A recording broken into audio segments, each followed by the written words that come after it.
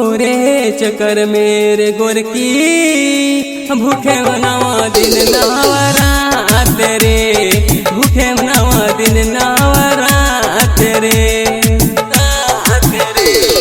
तोरे चक्कर मेरे गोरकी भूखे मनावा दिन नवरात रे, भूखे मनावा दिन नवरात रे।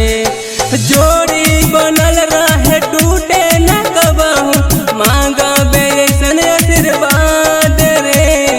तोरे चक्कर मेरे गोरकी भूखे मनावा दिन नवरात रे, भूखे मनावा दिन नवरात रे।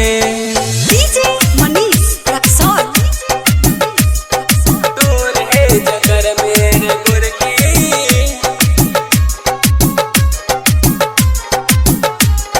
भूखे मनावा दिन नवरात रे।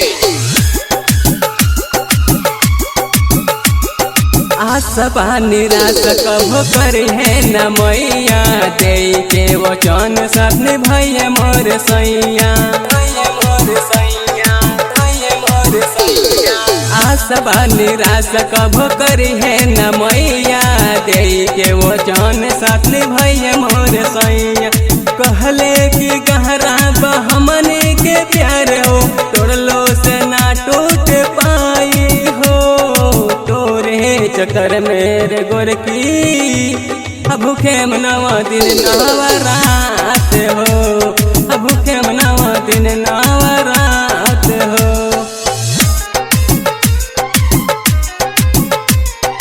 तोरे चक्कर मेरे गोरकी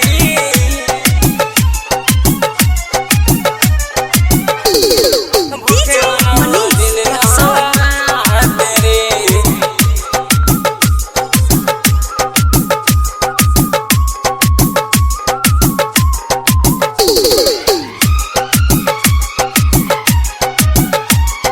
आन बड़ा शान बड़ा तुई हमर जान बड़ा, ए हो विनोद पे में दिल के मेहमान बड़ा, दिल के मेहमान बड़ा, दिल के मेहमान बड़ा।